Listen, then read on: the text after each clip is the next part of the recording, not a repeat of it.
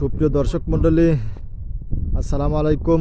রয়েছি আতাইকুলা থানাধীন গ্যারকার বিলে, মাঠের মধ্যে পড়ন্তে বিকেলে আমি মাঠের মধ্যে চলে আসছি।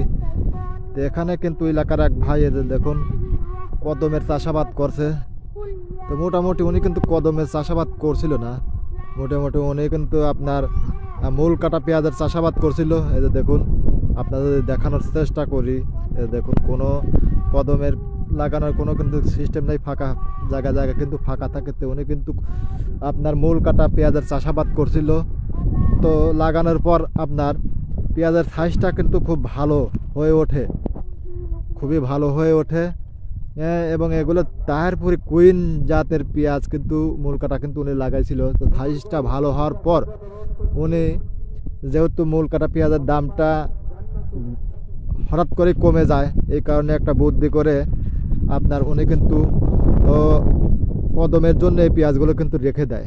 দেখুন কদমের জন্য পেঁয়াজগুলো রেখে দেয়। তো মোটামুটি তারপর থেকে কিন্তু জোগাল দিতে থাকে, পরিচর্যা করতে থাকে এবং দ্বিতীয় সেচ পানি দিতে থাকে।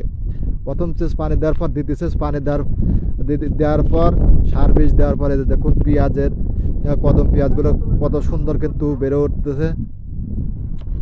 দেখুন উনি কিন্তু খুবই আপনার সচেতন একজন কৃষক, চালাক। তো আপনার পেঁয়াজের মূল কাটা পেঁয়াজের দামটা কম হওয়ার কারণে উনি কিন্তু কদম ঠেকিয়ে দিয়েছে। দেখুন দেওয়ার পর ভালো করে পরিচর্যা করার পরে দেখুন চার মধ্যে কিন্তু ঘিরে দিয়েছে। এবং ফুলগুলো যদি আপনাদের দেখানোর চেষ্টা করি, এই যে দেখুন খুব সুন্দর সাইজ, এই দেখুন মোটা তাজা ফুলগুলো কিন্তু খুব হৃষ্টপুষ্ট হয়ে উঠতেছে।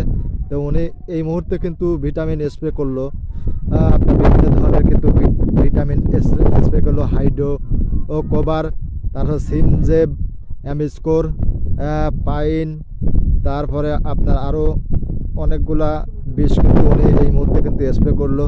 তো এদের স্টিক রয়েছে, এই কদমের কিন্তু স্টিকটা আপনার সোজা রাখা কিন্তু খুবই জরুরি, তা না হলে কিন্তু আপনার পেঁয়াজের আপনার কদমের আপনার দানা কিন্তু হবে না। তো এগুলো সোজা করার জন্য উনি কিন্তু একটু আগে কিন্তু বিষ ভিটামিন দিয়ে গেল। মোটামুটি দেখেন লাগাইছিল মূল কাটা, কিন্তু হয়ে গেল আপনার কদম।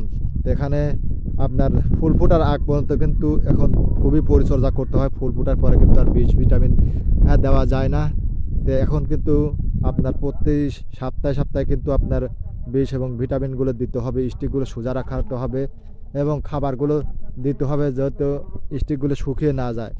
তো মোটামুটি এভাবে কিন্তু কদমের চাষাবাদ করা হয়। তারপরে ফুল ফোটার পর ফুল যখন আপনার আপনার দানাটা হয়ে যাবে তখন কিন্তু আবার ভিটামিন, তারপরে আপনার তারপরে আপনার হলো ছটকার জন্য বিষ, তারপর আরও যা পোকা অন্যান্য পোকার জন্য কিন্তু তখন কিন্তু বিষ ভিটামিন দেওয়া হবে যখন দানাটা হয়ে যাবে।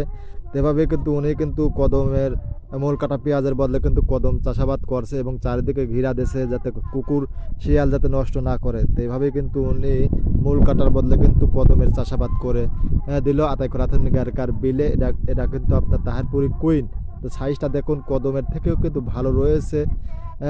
উনি কিন্তু প্রতি বছরই কিন্তু এই কদমের চাষাবাদ করে থাকে এবং ভালো ধারণা রয়েছে, খুব সুন্দর আপনার কদম চাষ করে। তো এখান থেকেই কিন্তু অনেকেই কিন্তু আমাদের এলাকার যারা রয়েছে তারা কিন্তু এই পেঁয়াজের বীজ কিন্তু নিয়ে থাকে। তো অবশ্যই আপনারা চাইলে পারে আগামী বছর আল্লাহ যদি ভালো বাঁচিয়ে রাখে অবশ্যই আপনারা এখান থেকে নিতে পারবেন যদি চান। আপনারা ভালো থাকবেন, সুস্থ থাকবেন, আল্লাহ হাফেজ।